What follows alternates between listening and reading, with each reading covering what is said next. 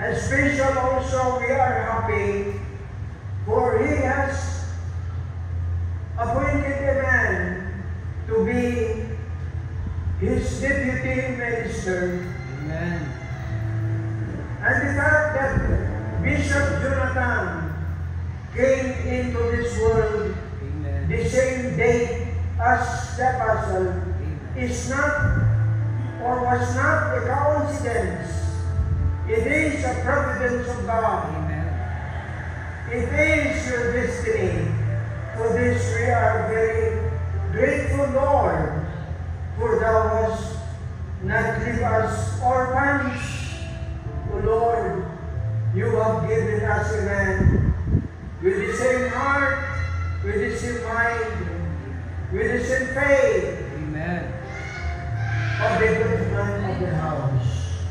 And as this very moment we praise you, Lord, as we celebrate their birthday, and as we meditate your word, help us to be more, to honor them more, to know them more, that we may appreciate you more and thank you more for giving them to us.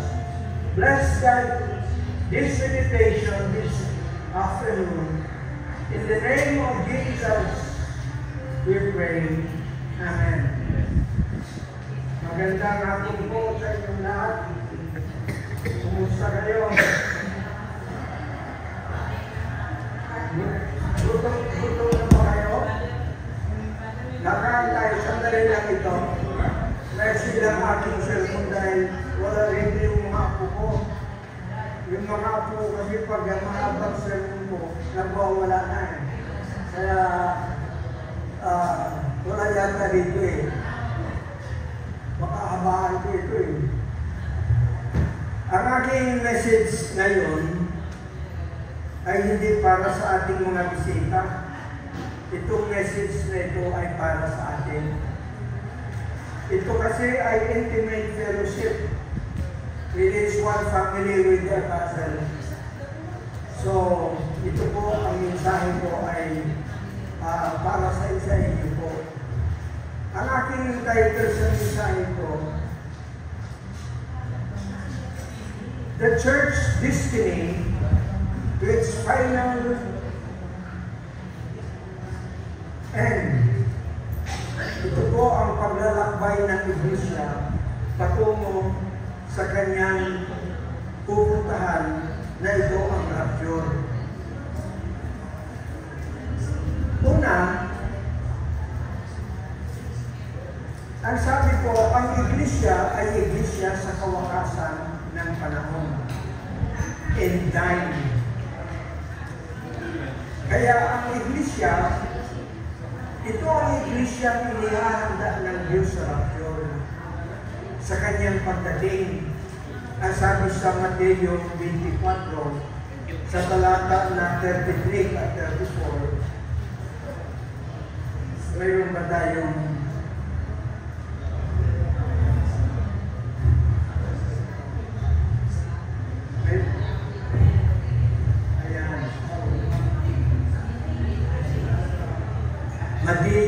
Matthew 24,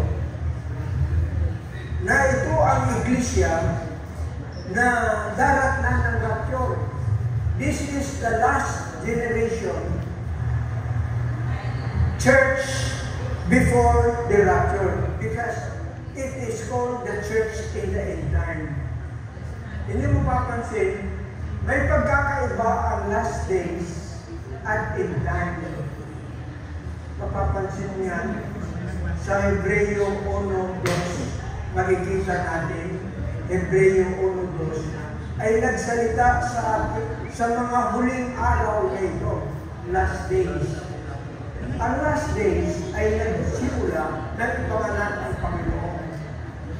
Samantalang ang end time, mga kapatid, ito ang huling generation na darating bago dumating ang Panginoon sa Mateo 24, 33 at 34. Ang sabi, gayon din naman kayo pagka makakita ninyo ang lahat ng mga bagay na ito, ay tamastasin ninyo na siya'y malapit na nasa mga pintuan na nga. Katotohanan sinasabi ko sa inyo, hindi lilipas ang lahi ito hanggang sa maganap ang lahat ng mga bagay nito. Kaya itong henerasyon na aabot o makakakita ng sibol ng Igos, itong generation ito ang last